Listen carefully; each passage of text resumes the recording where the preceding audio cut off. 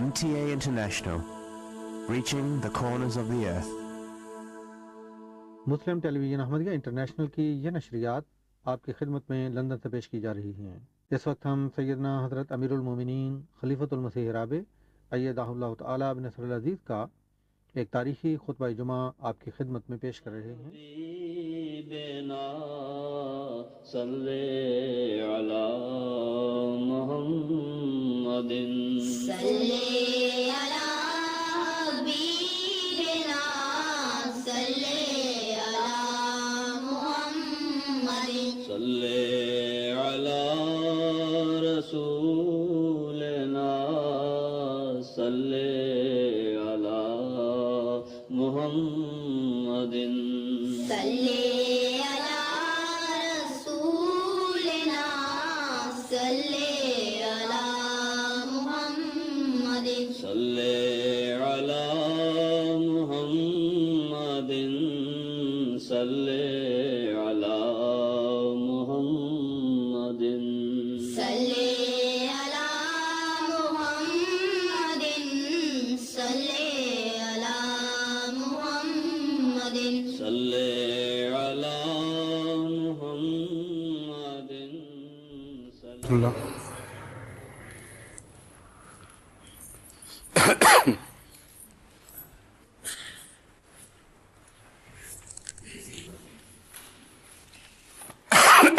اذان دے دیں۔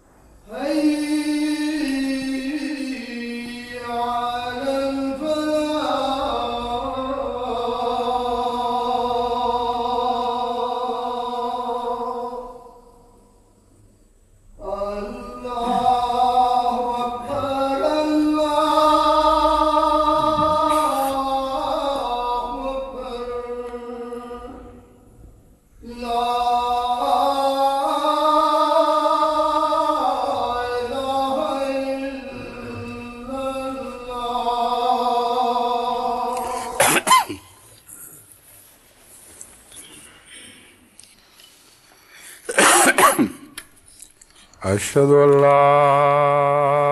الہ الا اللہ وحدہ لا شریک لہ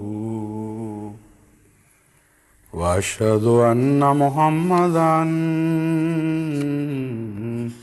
عبده ورسوله أما بعد فأعوذ بالله من الشيطان الرجيم بسم الله الرحمن الرحيم الحمد لله رب العالمين الرحمن الرحيم مالك يوم الدين إياك نعبد وإياك نستعين اهدنا الصراط المستقيم صراط الذين أنعمت عليهم غير المغضوب عليهم ولا الضالين.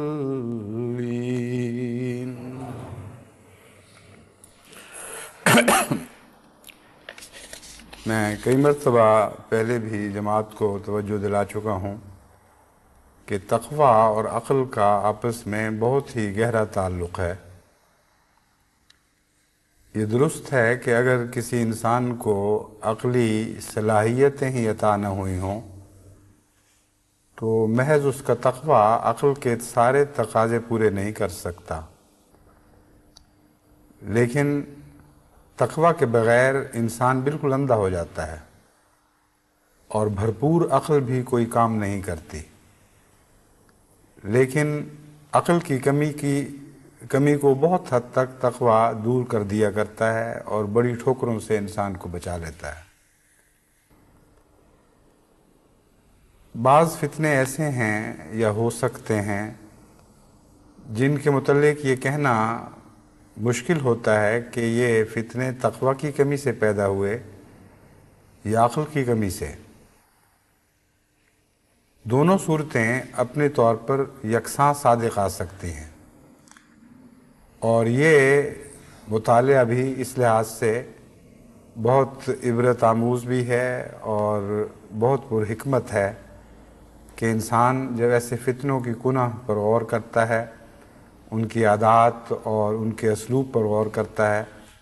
تو معلوم ہوتا ہے کہ بین ہی وہی باتیں عقل کی کلیتاً عقل کی کمی سے بھی پیدا ہو سکتی ہیں اور تقوی کی کمی سے بھی پیدا ہو سکتی ہیں.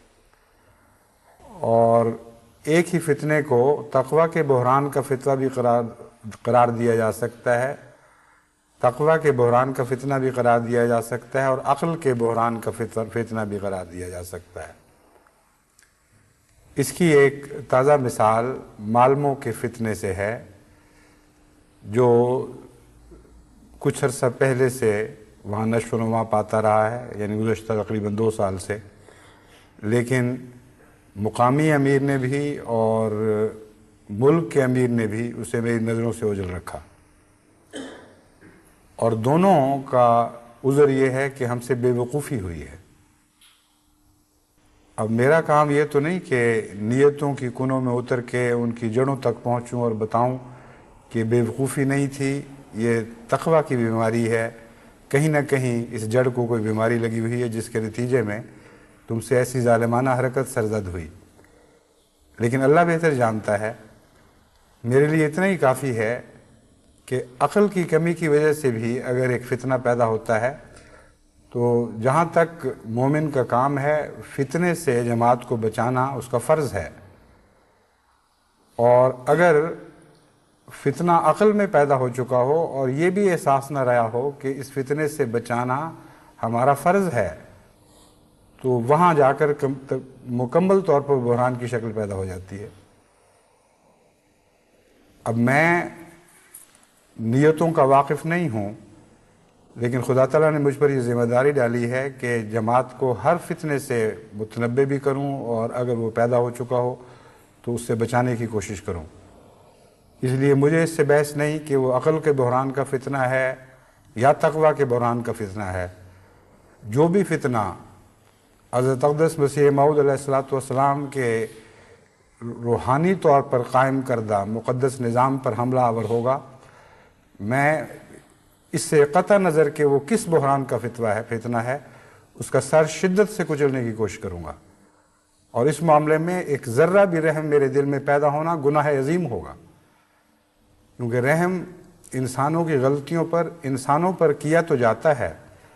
لیکن نظام جماعت کو فنا کرنے کی کوشش اور برباد کرنے کی کوشش، خواہ وہ بے وقوفی سے سرزد ہوئی ہو یا کسی اور وجہ سے، اس کے متعلق اس کوشش کو کچلنے میں ہرگز رحم سے کام نہیں لیا جاتا،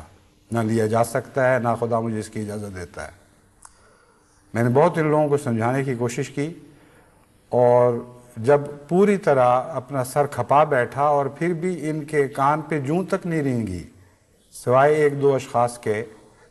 ان کو یہی نہیں سمجھ آ رہی آج تک کہ ہم سے غلطی کیا ہوئی ہے۔ جب یہی نہ پتہ چلے کہ غلطی کیا ہوئی ہے تو اب اس کی یہی صورت ہے کہ ساری جماعت کے سامنے، ساری دنیا کی جماعت کے سامنے بتاؤں کہ یہ غلطی ہے، آئندہ کوئی بھی اپنی بے وقوفی یا کم عقلی کا عذر رکھ کر ایسی باتوں کا وہم بھی دماغ میں نہ لائے، ورنہ نظام سلسلہ کو یہ نہ صرف آج تباہ کرنے والی باتیں ہوں گی، بلکہ دور تک، صدیوں تک اس کے بد اثرات ایسے جراثیم کی طرح چمٹ جائیں گے کہ پھر جماعت کے مقدس مالی نظام کی صحت کی کوئی ضمانت نہیں دی جا سکے گی۔ ساری دنیا کی جماعتیں جانتی ہیں کہ چندہ دینے والا ہمیشہ محض اللہ کی رضا کو پیش نظر رکھ کر چندہ دیتا ہے، نہ اس کا کوئی ذاتی مفاد اس کے پیش نظر ہوتا ہے، نہ اس جماعت کا مفاد اس کے پیش نظر ہوتا ہے جس جماعت کا وہ ممبر ہے۔ آج اس جماعت کا ممبر ہے، کل کسی اور جماعت کا ہو جائے گا، اور چندہ دیتے وقت اس کے وہمے میں بھی یہ بات نہیں گزرتی کہ جو چندہ میں اس جماعت کے فرد کے طور پر دے رہا ہوں، بعد میں میری جماعت کو اس چندے میں سے کتنا حصہ ملے گا اور کتنے فوائد اس کو پہنچیں گے۔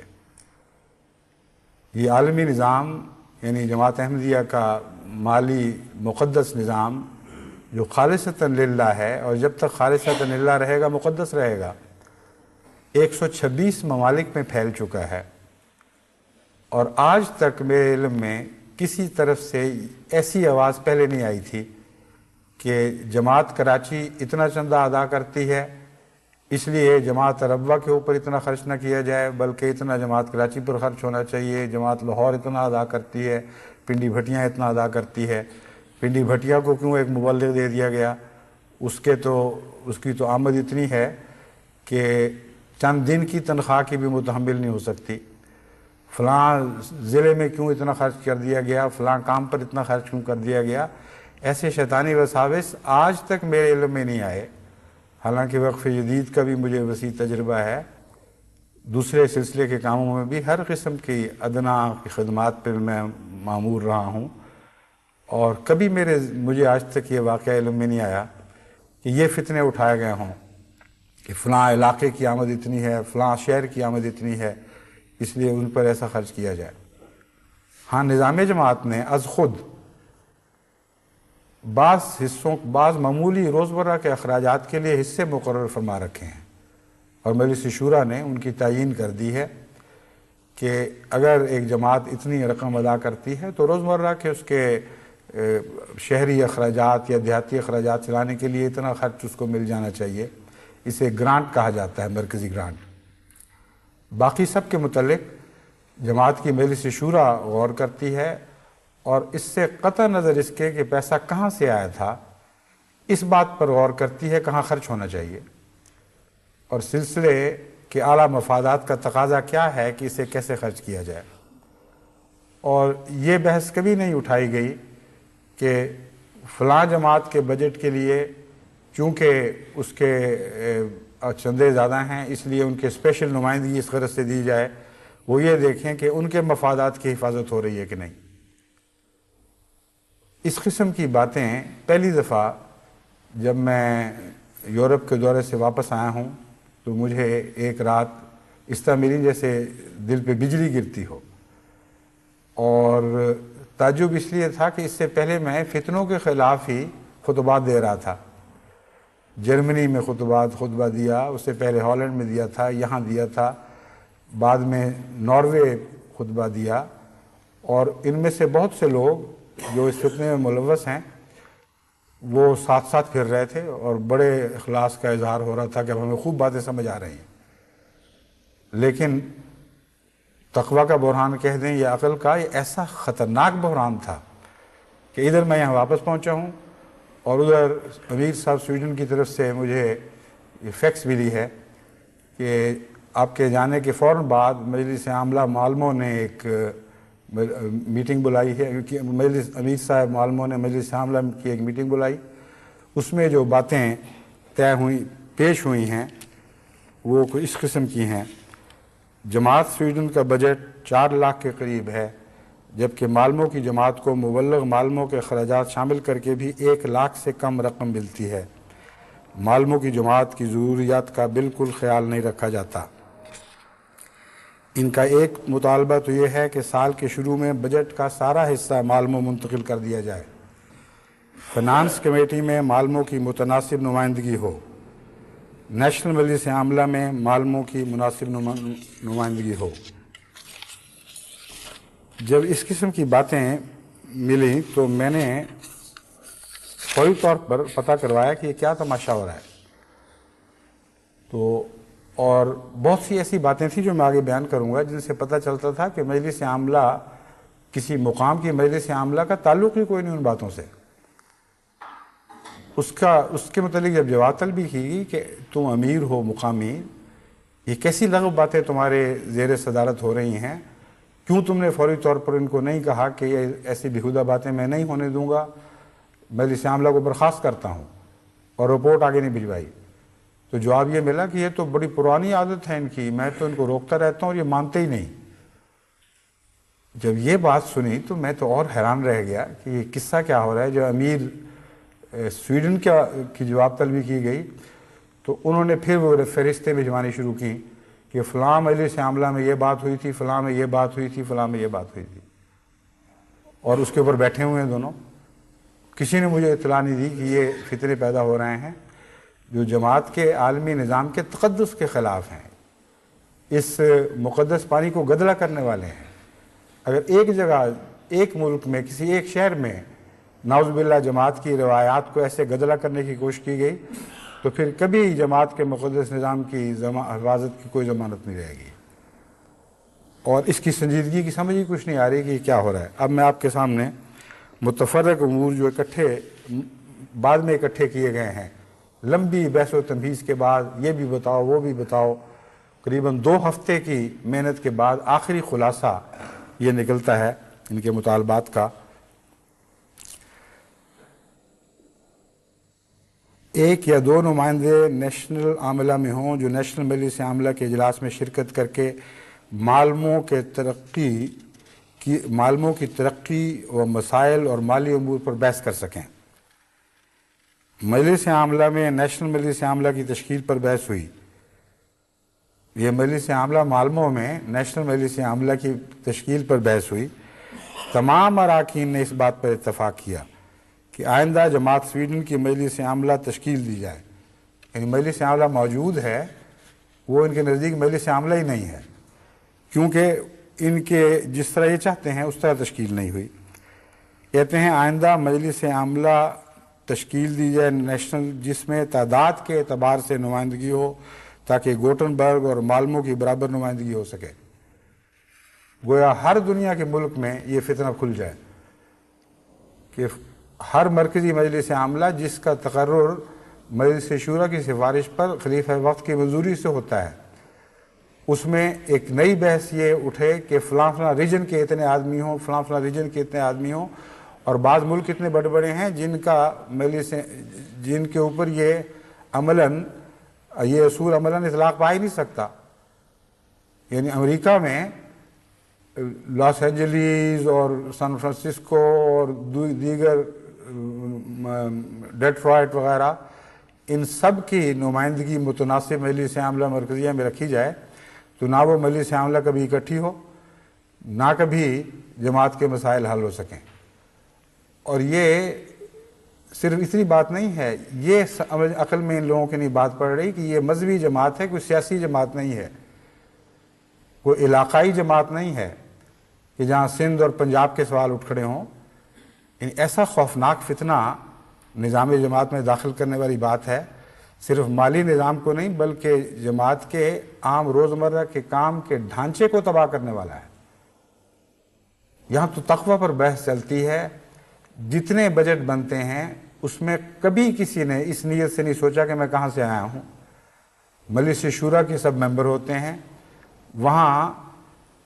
ایسے جہاں جہاں مشن ہیں وہاں ان کو موقع دیا جاتا ہے کہ وہاں وہ ابتدائی بجٹ تجویز کریں، اور اسی طرح معلوموں کے بجٹ بھی بنے تھے۔ وہ تجویز مجلس شورا میں پیش ہوتی ہے، مجلس شورا غور کے بعد سفارشات کرتی ہے نہ کہ فیصلے۔ ان سفارشات پر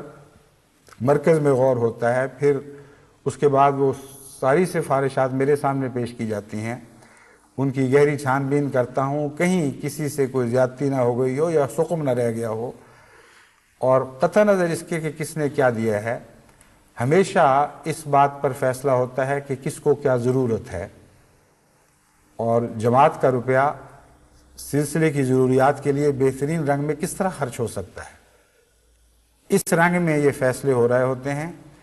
اور اس سارے نظام کو گرم کرنے کے لیے 2 سال سے مسلسل سازشیں چل رہی ہیں، اور اس کی مجھے اطلاع کوئی نہیں دی جا رہی۔ برابر نمائندگی کا حق، یعنی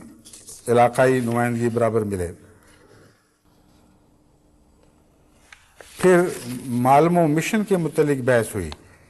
کہ اس مشن پر جتنا خرچ ہونا چاہیے وہ اتنا خرچ نہیں ہو رہا، یہاں تک کہ بالآخر مجلس عاملہ معلموں نے یہ ریزولوشن پاس کیا کہ جماعت معلموں نے کوئی رقم معلوم و مشن کے لیے جمع کی تھی وہ معلموں کو واپس ملنی چاہیے۔ باقی امور کی طرف آنے سے پہلے میں اس سلسلہ کا اس کا قضیہ تو چکا جاؤں۔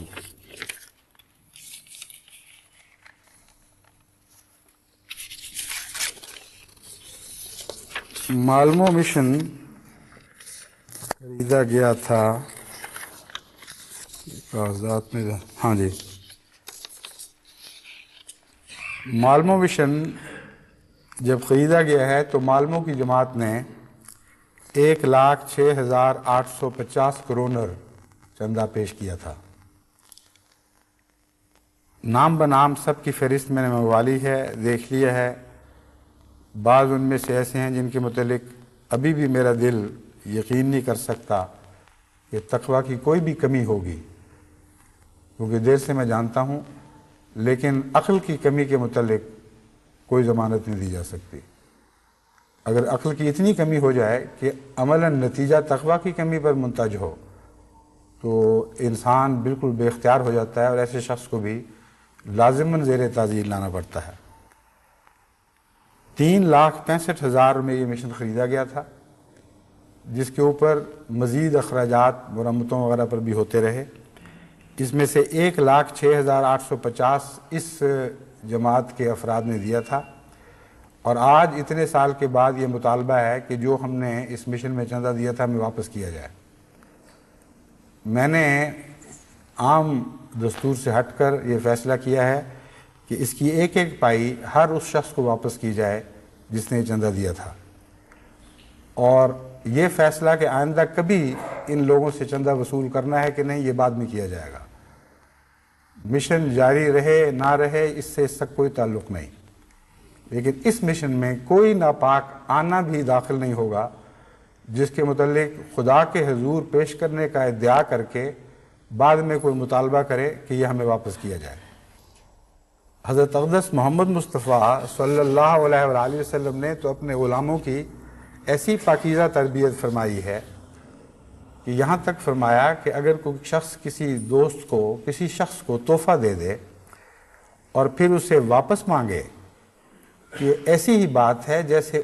قے الٹ کر پھر اسے خود نگل جائے اور چاٹ جائے۔ یہ مثال بہت ہی عظیم مثال ہے، کیونکہ عقل سے عاری جانور جن کو پتہ نہیں کہ وہ کیا کرتے ہیں، وہ بعض دفعہ ایسا کیا کرتے ہیں۔ گندی غلیظ قے کی ہے اور پھر اس کے بعد اس کو چاٹ گئے۔ اب تحفے کو اس رنگ میں تحفے سے ایسا سلوک کرنا کہ گویا وہ واپس مانگا جا سکتا ہے، اس بات کو ظاہر کرتا ہے کہ وہ پاک تھا ہی نہیں۔ یہ وہ مصلحت ہے جو میں آپ کو سمجھانی چاہتا ہوں۔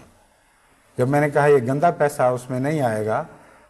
تو کوئی غصے کا فتویٰ نہیں ہے، بلکہ حضرت اقدس محمد مصطفیٰ صلی اللہ علیہ وآلہ وسلم جو تمام حکمتوں کا سرچشمہ تھے، ان کی ایک بہت ہی عظیم گہری نصیحت سے فائدہ اٹھاتے ہوئے یہ بات کہہ رہا ہوں۔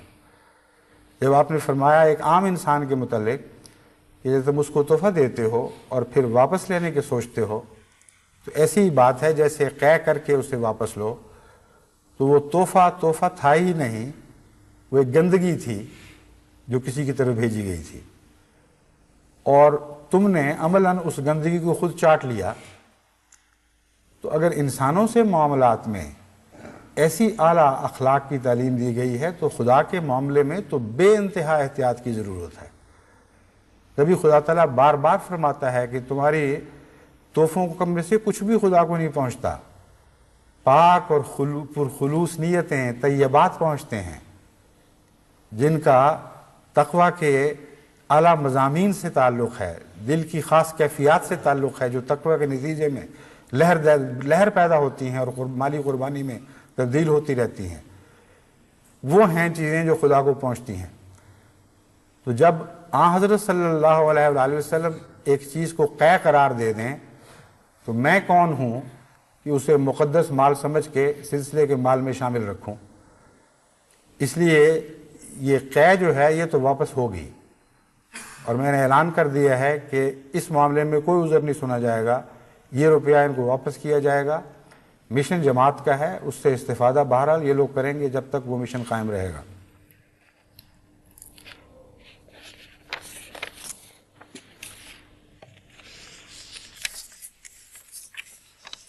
آگے ایک مطالبہ ہے، سابقہ سالوں میں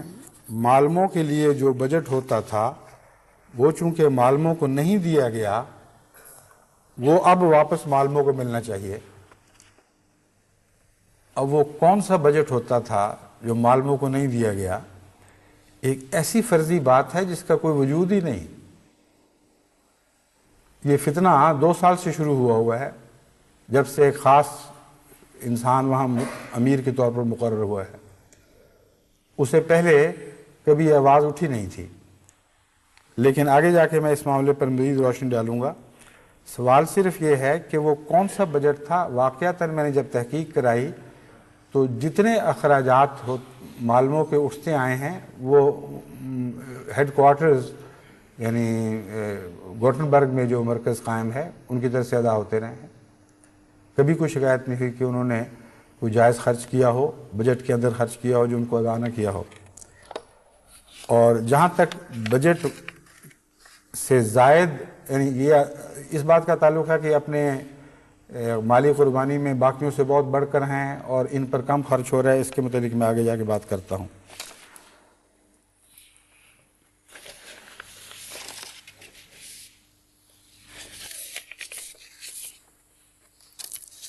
یہاں تک یہ آگے بڑھے ہیں پھر بے باکی میں کہ وہ ذیلی تنظیمیں جن کا مجلس عاملہ مرکزی نیشنل مجلس عاملہ معلموں سے کیا، مجلس عاملہ سویڈن سے بھی کوئی تعلق نہیں ہے۔ خدام الاحمدیہ، لجنہ اماء اللہ اور انصار اللہ کی مجالس اپنے الگ بجٹ بناتی ہیں، ان کی الگ مجلس شورا ہوتی ہے، ان کے معاملات نیشنل مجلس عاملہ میں زیر بحث آ ہی نہیں سکتے۔ اگر کوئی شکایت پیدا ہوتی ہے تو امیر کے تابع ہیں، امیر کا کام ہے مجھے بتائے کہ کیا گڑبڑ خطرناک باتیں ہو رہی ہیں، اور خدا کے فضل سے ایسا نہیں ہو رہا۔ اور بالعموم جہاں تک میرا علم ہے خدا کے فضل سے دنیا بھر میں بڑی عمدگی کے ساتھ یہ نظام جاری ہیں۔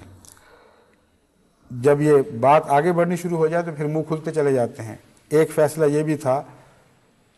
14/1/90 کے اجلاس میں کہ ذیلی تنظیموں کے چندہ کا لوکل حصہ ان کو ملنا چاہیے۔ اب مجلس عاملہ معلوموں سے اس کا کیا تعلق ہے؟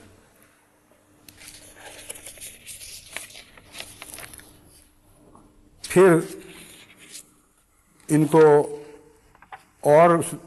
اعتراض نہیں سوجھے تو یہ اعتراض پھر بنایا گیا کہ میں جب دورے پر گیا ہوں تو میں نے ان کے ساتھ مل کر اجتماعی کھانا نہیں کھایا، اور اس پہ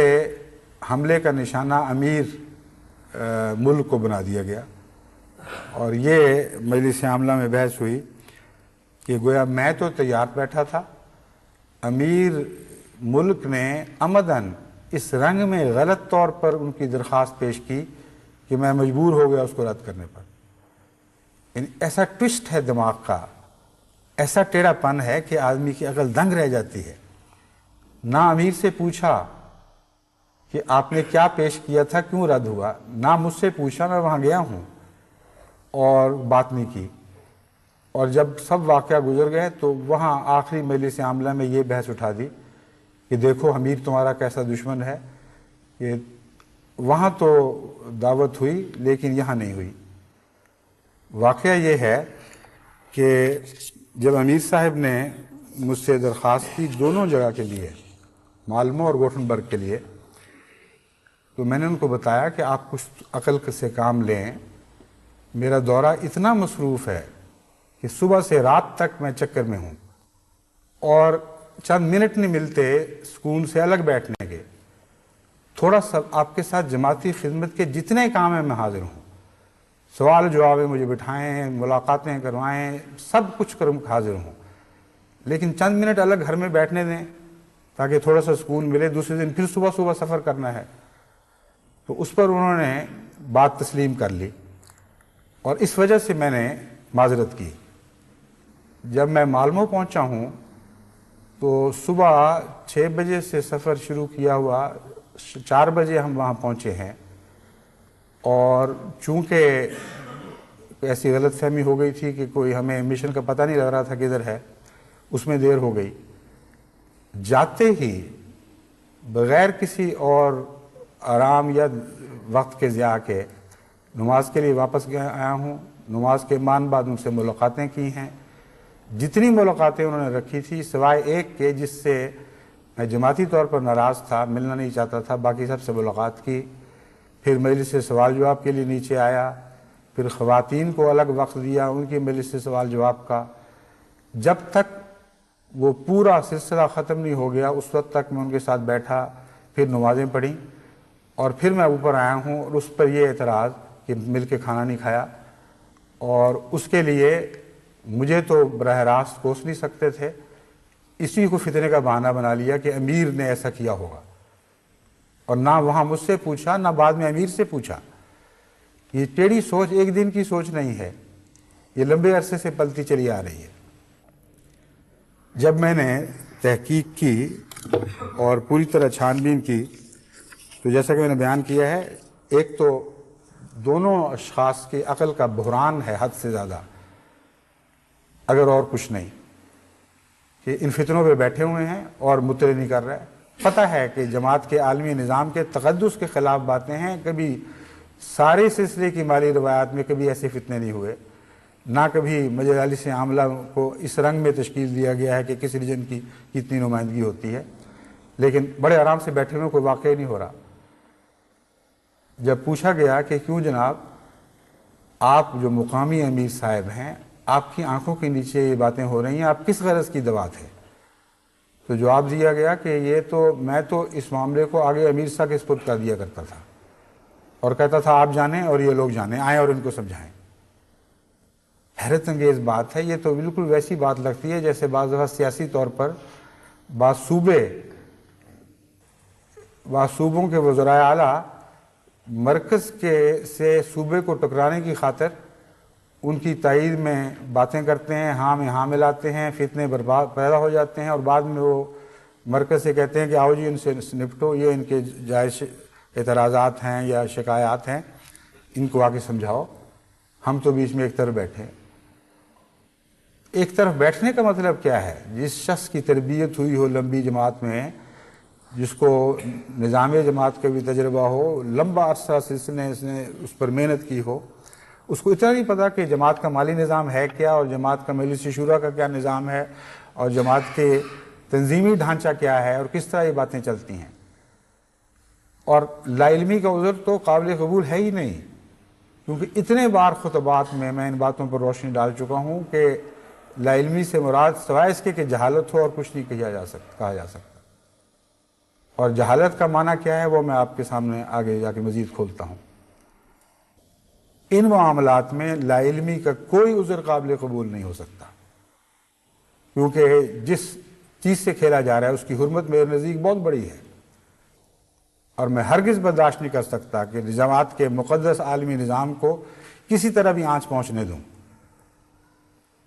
عالمی نظام خواہ مالی ہو یا انتظامی ہو، دونوں جگہ مقدس ہے، اور کسی حماقت کو یہ اجازت نہیں دی جا سکتی کہ وہ ان معاملوں میں فتنے برپا کرے. اب صورتحال یہ بنتی تھی کہ معلموں کے متعلق ایک کیس بلڈ ہو رہا ہے 2 سال سے، اور یہ اثر ڈالا ساری جماعت اس میں شامل ہے، ساری مجلس عاملہ شامل ہے، کیونکہ ان کی تائید کی ہوائیں ہیں. آواز یہ اٹھ رہی ہے کہ آپ کی خاطر، آپ کے حقوق کی خاطر یہ باتیں ہو رہی ہیں، اور مجھ سے اس بات کو مخفی رکھا جا رہا ہے. حالانکہ یہ سارے جانتے ہیں، اور بار بار میں بتا چکا ہوں کہ اگر کسی جگہ کسی احمدی کے دل میں خواہ وہ مجلس عاملہ کا ممبر ہے یا نہیں، عہدیدار ہے یا نہیں، سلسلے کے مالی نظام کسی اور معاملے میں کوئی شکایت ہو تو اس کا حق ہے، اور بعض دفعہ فرض بن جاتا ہے کہ وہ بلا تاخیر اس کی اطلاع مجھے کرے. لیکن طریقہ کار یہ ہے کہ وہ جو دستور کے مطابق چینل بنی ہوئی ہے، جو رستہ بنا ہوا ہے، اس کو اختیار کرے. مثلا اگر امیر کے خلاف شکایت ہے، مقامی امیر کے خلاف، تو مقامی امیر کی وساطت سے اطلاع آنی چاہیے. اگر کسی عہدیدار کے خلاف شکایت ہے، اس کی وساطت سے آنی چاہیے. اگر مرکزی امیر سے شکایت ہے تو اس کی وساطت سے آنی چاہیے. لیکن ساتھ ہی بار بار میں یہ بات کھول چکا ہوں کہ اگر آپ کو یہ گھبراہٹ ہو، یہ وہم ہو کہ آپ کی شکایت پر کوئی بیٹھ رہے گا، تو اس کی نقل براہ راست مجھے بھجوا دیجیے. نقل بھجوانے میں کوئی حرج نہیں، پھر میں دیکھوں گا کہ کس حد تک زیادتی ہوئی ہے یا نہیں ہوئی. اور مالی نظام کا جو جماعت کا مالی نظام ہے تو ایسا ٹھوس اور مضبوط اور خلا سے یعنی سقم سے پاک نظام ہے کہ کبھی کسی افریقن ایشیائی ملک میں ایسا فتنہ نہیں پیدا ہوا. یورپ میں کبھی کسی اس ملک کے سوا کہیں فتنہ نہیں پیدا ہوا. جماعت جرمنی بھی ہے، بہت بڑے بجٹ ہیں ان کا بجٹ تو اس کا ایک 20واں حصہ بھی نہیں بنتا، اور بلکہ اس سے بھی بہت کم ہوگا. لیکن بڑی بڑی جماعتیں مختلف جگہ اکٹھے گچھوں کی صورت میں موجود ہیں. فرینکفرٹ میں مرکز ہے، اور ہیمبرگ میں بہت بڑا جماعتوں کا ایک مجموعہ، جس طرح ستاروں کو جھرمٹ ہوتا ہے اس طرح وہاں اکٹھی ہوئی جماعتیں ہیں. اسی طرح ساؤتھ میں جو ہائیڈلبرگ اور اس سے نیچے کی جماعتیں میونخ کی طرف، یہاں بھی کئی جگہ گچھے ہیں. کبھی کسی فرد جماعت نے یا جماعت نے یہ نہیں کہا کہ جی فرینکفرٹ پہ خرچ ہو رہا ہے اور ہماری نمائندگی، متناسب نمائندگی کی باتیں ہونی چاہیے اور ہمیں اس کے حقوق ملنے چاہیے. ایک اور جو فرق ہے جرمنی کی جماعت اور اس جماعت میں وہ یہ ہے کہ جب میں نے جرمنی کی جماعت کے ساتھ ناراضگی کا اظہار کیا تو ساری جماعت نے بلا استثناء فوراً بات کو سمجھا اور یک زبان ہو کر ان باتوں سے نہ صرف بیزاری کا اظہار کیا بلکہ کامل طور پر آئندہ اپنے خلوص، اپنی وفا، امارت سے اپنی وابستگی کے متعلق مجھے یقین دلائے.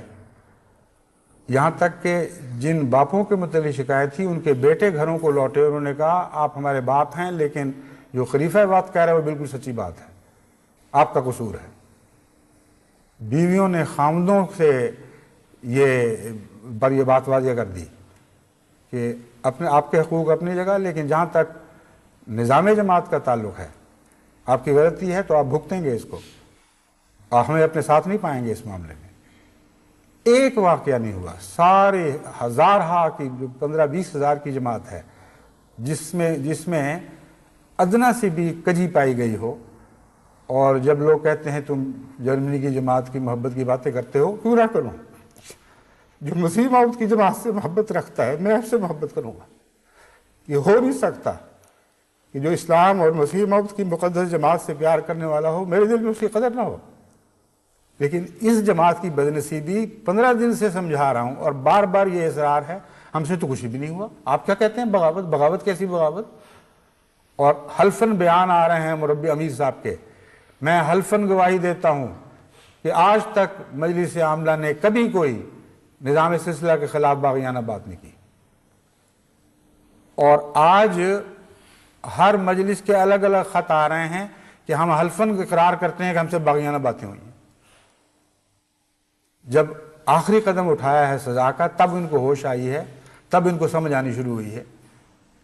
عجیب دماغی حالت ہے۔ بس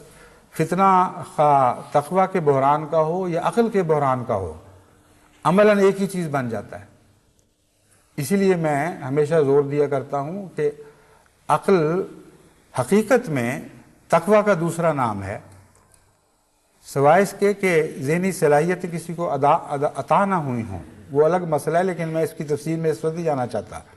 میرے ذہن پر یہ بات خوب روشن ہے کہ ان دونوں کے اندرونی تعلقات کیا ہیں، لیکن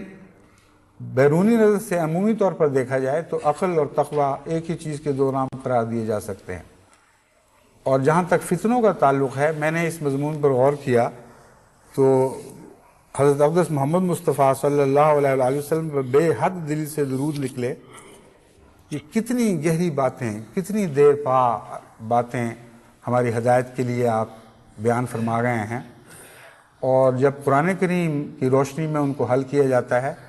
تو پتہ چلتا ہے کہ وہی اصول جو دنیاوی معاملات میں کار فرما ہیں وہی روحانی دنیا میں بھی اسی طرح کار فرما ہیں۔ حضرت صلی اللہ علیہ وآلہ وسلم نے ایک موقع پر فرمایا، کاد الفقر ان یکون کفرا، کہ دیکھو میں تمہیں متنبہ کرتا ہوں، ہرگز بعید نہیں ہے کہ غربت کفر میں تبدیل ہو جائے۔ اب غربت سے کیا مراد ہے، دولت سے کیا مراد ہے؟ اگر مادی لحاظ سے دیکھا جائے تو دنیا کی غربت بھی کفر میں تبدیل ہو جایا کرتی ہے، اور میں سمجھتا ہوں کہ اشتراکیت کے پیدا ہونے کے متعلق اس میں ایک بہت گہری پیشگوئی تھی۔ کاد الفقر ان یکون کفرا کا اطلاق حضرت محمد رسول اللہ صلی اللہ علیہ وسلم کے صحابہ پر تو نہیں ہوتا تھا، کیونکہ وہاں تو یہ عالم تھا کہ جتنا غریب تھا اتنا ہی زیادہ شیدائی، اتنا ہی زیادہ عاشق، اور اصحاب الصفہ نے تو وہ روایات قائم کر دی ہیں جو مذہب کے آسمان پر ہمیشہ چمکتے ہوئے ستاروں کی طرح جڑی رہیں گی، اور کوئی نہیں جو ان کے نور کو کم کر سکے۔ غریب سے غریب، ادنا سے ادنا آدمی جس کو کچھ بھی استطاعت نہیں تھی، خدا کی راہ میں خرچ کرنے کے لیے ایسے ولولے رکھتا تھا کہ ایک موقع پر جب وہاں حضرت صلی اللہ علیہ وآلہ وسلم نے تحریک فرمائی اور کسی کے پاس کچھ نہیں، بعض ایسے ہی اصحاب الصفہ تھے جن کے پاس کچھ نہیں تھا، انہوں نے کلہاڑے پکڑے یا عاریتاً لیے، جنگل میں نکلے، لکڑیاں اکٹھی کیں اور واپس آ کر بیچیں، جو کچھ حاصل آیا وہ خدمت دین میں پیش کر دیا۔ تو میں یہ بات ہمیشہ میرے پیش نظر رہی کہ لازماً اس میں کوئی پیشگوئی ہے، ورنہ حضرت محمد رسول اللہ کے زمانے کے غریبوں پر تو یہ بات اطلاق نہیں پا رہی۔ اس زمانے کا جو فقر تھا وہ تو نور ایمان میں بدلا ہوا تھا، اور کادا کا لفظ بتا رہا ہے، اس کے اندر تنبیہ ہے جو مستقبل سے تعلق رکھتی ہے اور بعض احتمالات سے تعلق رکھتی ہے۔ اس کا مطلب یہ نہیں تھا کہ رسول اللہ صلی اللہ علیہ وسلم نے ان غرباء میں کوئی کفر کی باتیں دیکھی تھیں، مراد یہ تھی کہ وہ غرباء جو محمد رسول اللہ کی تربیت یافتہ نہ ہوں ان کے لیے خطرہ ہے، جو نور نبوت کے نیچے نہیں پلتے ان کے لیے خطرہ ہے کہ وہ ان کا فقر کفر میں تبدیل نہ ہو جائے۔ اور دوسرے، جیسا کہ میں نے بیان کیا ہے، آئندہ کے زمانے کے متعلق یہ ایک بنیادی اصول بیان ہوا تھا کہ جو قومیں اپنے غریبوں کا فکر نہیں کرتیں ان کے غریبوں کی غربت بالآخر دہریت پر منتج ہو جایا کرتی ہے، پھر وہ خدا کے خلاف ہو جاتے ہیں، باغی ہو جاتے ہیں۔ اور اشتراکیت کے عروج نے جو گزشتہ صدی میں شروع ہوا،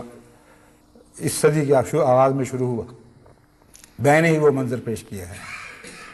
لیکن گزشتہ صدی میں اس کی بنیادیں رکھی جا رہی تھیں، اور وہ بھی بہنی اسی اصول پر کہ غربت کفر میں تبدیل ہو رہی تھی۔ پہلے ایک دہریت کا فلسفہ وجود میں آیا ہے غربت کے اثرات کے نتیجے میں، اس کے نتیجے میں پھر مارکسزم لیننزم پیدا ہوئے ہیں۔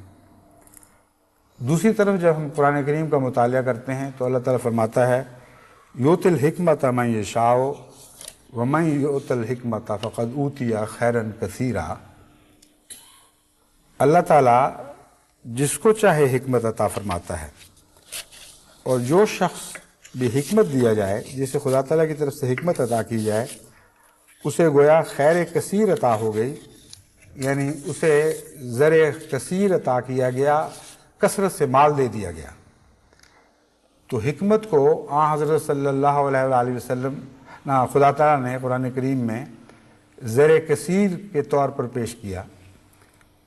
گویا حکمت کی کمی غربت ہے۔ اگر حکمت کثرت مال پر دلالت کرتی ہے تو حکمت کی کمی غربت پر دلالت کرتی ہے، بالکل ایک دوسرے کا برعکس ہے، اور بین ہی یہ مضمون دونوں جگہ صادق آتا ہے۔ اگر حکمت مال ہے تو حکمت کی کمی غربت ہے، اور حکمت کی کمی بھی لازماً کفر میں تبدیل ہو سکتی ہے اور ہوتی رہی ہے۔ چنانچہ اس مضمون کو سمجھنے کے بعد اس محاورے کی سمجھ آ جاتی ہے کہ حضرت صلی اللہ علیہ وآلہ وسلم سے پہلے کے زمانے کو جاہلیت کا زمانہ کہتے ہیں، کفر کا زمانہ نہیں کہتے۔ جاہلیت کے اندر ایک مخفی کفر ہے۔ جاہلیت کفر میں اس وقت بنتی ہے، تبدیل ہوتی ہے جب دو ٹوک حکم نازل ہو جاتا ہے، یہ کرنا ہے یا وہ کرنا ہے۔ اس وقت جاہلیت کے اندر دبا ہوا کفر سر اٹھاتا ہے اور انکار کر دیتا ہے۔ بس بہت ہی عظیم اصطلاح ہے قرآن کریم نے جو استعمال فرمائی کہ حضرت صلی اللہ علیہ وآلہ وسلم کے زمانے سے پہلے کو جاہلیت کا زمانہ قرار دیا، یعنی روحانی لحاظ سے انتہائی غربت کا زمانہ، فقر اور فاقوں کا زمانہ، اور وہی عقلی فقر تھا جو کفر میں تبدیل ہو گیا۔ بس مجھے اس سے بحث نہیں ہے کہ یہ فتنے پیدا کہاں سے ہوئے تھے، براہ راست تقویٰ کا قصور تھا یا عقل کا قصور تھا، کیونکہ اللہ تعالیٰ نے ہمارے لیے یہ مسئلہ ہمیشہ کے لیے حل کر دیا۔ ہمیں یہ تو حق نہیں دیا کہ کسی کے دل میں اتر کر اس کی نیتوں پر حملہ کرو، مگر یہ حق بھی دیا اور پہچان بھی دی کہ جہاں نیتوں کے نتائج بے وقوفی پر منتج ہوں، سخت حماقتوں کی صورت میں ظاہر ہو رہے ہوں، وہاں تمہیں حق ہے کہ کہو کہ ان باتوں کا تقویٰ سے کوئی تعلق نہیں اور یہ کفر کی باتیں ہیں۔ بس جدھر چاہو کروٹ بدلو، خواہ اپنے تقویٰ کی کمی کا قصور تسلیم کرو یا عقل کی کمی کے قصور تسلیم کرو، ظلم بہت بڑا ہوا ہے۔ اور اب زبانی طور پر یہ تحریری طور پر کہہ دینا جی ہم تو جاہلیت کی غلطی کرتے تھے، معاف کر دینا، یہ سرسری باتیں ہیں، اس طرح یہ حل ہونے والی نہیں ہیں۔ ان کے متعلق مزید تحقیق ہوگی اور معین فیصلے کیے جائیں گے، لیکن یہ فیصلہ تو بہرحال کیا جا چکا ہے کہ جس نے اپنے چندے کو قے بنا دیا وہ قے اب خدا کے لیے وقت طرف واپس نہیں لوٹے گی، وہ تو آپ کی جیبوں کو زیب دے گی اور سلسلے کو اس کی کوئی ضرورت نہیں ہے۔ تمام دنیا کی جماعتوں کو اس سے نصیحت پکڑنی چاہیے۔ نظام جماعت میں کسی ناانصافی کی کوئی گنجائش نہیں ہے۔ جب ہر فرد کو یہ حق ہے، اور بعض جگہ جیسا کہ میں نے بیان کیا فرض ہے کہ وہ خلیفہ وقت سے ہر وقت براہ راست تعلق قائم کر سکتا ہے، اور لوگ اپنی ادنا باتوں میں کرتے ہیں، نظام جماعت میں کیوں مجھ پر رحم کرتے ہیں؟ کسی کی بہو ناراض ہو گئی، کسی کا بیٹا روٹھ گیا، کسی کے بچے کو فلاں لت لگ گئی، وہ اطلاعیں مجھے دینے میں سمجھتے ہیں میرا حرج کوئی نہیں ہے، لیکن جب نظام جماعت میں رکھنا پیدا ہو رہا ہو تو ہم اس لیے نہیں بتا رہے تھے کہ آپ کو تکلیف نہ پہنچے۔ یہ بھی نیت کا فطور ہے، یا وہی کہنا چاہیے یا نیت کا فطور ہے یا پھر عقل کا فطور ہے، دونوں صورتوں میں نتیجہ وہی نکلے گا کہ بات کفر کی بن جائے گی۔ اب میں یہ بھی کہہ سکتا تھا کہ یہ صاحب جن کے دور میں یہ سب کچھ ہوا ہے بہت ہی ہوشیار آدمی ہیں، بڑی محنت کے ساتھ سلسلے کے کام بھی کیے، بچوں کو پڑھایا، لوگوں کے دل جیتے، اور ان کی تائید میں باتیں ہوتی رہیں، اور مطالبے سارے ایسے ہیں جو ان کو معلوم ہوتا ہے کہ ہماری خاطر ہیں، اور ساتھ ہی مسلسل اپنا دامن بچاتے رہے کہ جی میں نے تو یہ اطلاع مرکز کو کر دی ہے، امیر صاحب، مرکز کو نہیں، امیر صاحب کو کر دی ہے، اور امیر صاحب بڑے تجربہ کار ہیں، وہ بڑے سمجھدار آدمی ہیں، وہ آپ کو خود بتا دیں گے، اور سمجھ لیا کہ میں تو دونوں طرف سے بری ذمہ ہوں۔ یہ بھی ایک سوچا جا سکتا تھا، مگر میں یہ نہیں سوچتا، سوچ دماغ میں یہ احتمال پیدا ہوا بھی ہے، لیکن یہ احتمال میں زبردستی رد کرتا ہوں، کیونکہ اس صورت میں مجھے ہر قدم پر ان کی نیت پر حملہ کرنا پڑے گا۔ لیکن بے وقوفی اس حد تک کہ ان سب باتوں کے متعلق علم ہونا چاہیے، جو جامعہ کے ایک بچے کو بھی علم ہونا چاہیے کہ یہ باتیں نظام سلسلہ کے خلاف ہیں، ان پر اپنی ذمہ داری محسوس کرنے کی بجائے اس ذمہ داری کو اپنے افسر بالا کی طرف منتقل کرتا چلا جائے انسان، اور خاموش بیٹھا رہے اس پر، اور جماعت میں ہر دل عزیز رہے، یہ بہت خطرناک بات ہے۔ یہ بہت ہی، اگر بے وقوفی کا فتنہ ہے تو بہت ہی سخت فتنہ ہے۔ ایسا مبلغ جو قابل اعتراض باتوں پر ٹوکتا ہو اور سختی سے آگے مقابلہ کرتا ہو، وہ ہر دل عزیز نہیں رہ سکتا، اس کی بات متعلق خلاف باتیں آنی شروع ہو جاتی ہیں۔ ساری جماعت اس کی تائید میں ہو کہ جی بہت ہی بہترین خدمت کرنے والا ہو، اور باتیں یہ کر رہی ہو، اس کا مطلب یہ ہے کہ کوئی نہ کوئی قصور کہیں واقع ہوا ہے۔ جماعت تو اس حد تک پکڑے گی جس حد تک بے وقوفی کے نتائج سامنے آئیں گے۔ اگر نیت کا بھی فطور ہے تو جماعت کی پکڑ پر معاملہ ختم نہیں ہوگا، اللہ کی پکڑ جاری رہے گی، کیونکہ وہ نیتوں کی کنوں تک پہنچتا ہے اور پھر سلسلے کو جاری رکھتا ہے جب تک کہ اس شخص کی نیتیں کڑوے پھل بن کر اس کے سامنے ظاہر نہیں ہو جاتی۔ اس لیے نیتوں کے معاملے میں مجھ سے معافی نہ مانگیں، نہ میں اس میں دخل دیتا ہوں، نہ مجھے معافی کا حق ہے۔ خدا سے معافی مانگیں اور اپنے آپ کو ٹٹولیں۔ مجھ پر یہ الزام بے شک لگائیں کہ ضرورت سے زیادہ سختی کی ہے، ہم نے تو سادگی میں باتیں کرتے تھے، مجھے اس الزام کی کوئی پرواہ نہیں۔ میں جماعت کو کسی فتنے میں ملوث نہیں ہونے دوں گا، نہ میں تا زندگی، یہ میرا عہد ہے کہ خدا کی قسم میرا ذرہ ذرہ بھی اسراف میں فنا ہو جائے، ساری دنیا مجھ پر لانٹے ڈالے، مگر میں خدا کی لعنت کو قبول نہیں کر سکتا۔ اور جہاں تک مسیح موعود علیہ الصلوۃ والسلام کے مقدس نظام کا تعلق ہے، اس کی حفاظت میں ہمیشہ سینہ سپر رہوں گا۔ آپ بھی میرے لیے دعا کریں اور اپنے لیے بھی دعا کریں کہ اللہ تعالی ہمیں اجتماعی رنگ میں اس عہد کو تا دم آخر پورا کرنے کی توفیق عطا فرمائے۔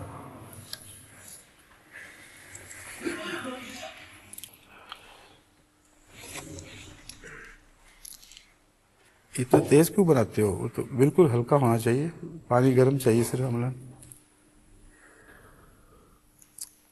کچھ عرصے سے تیز ہوتا چلا جا رہا ہے۔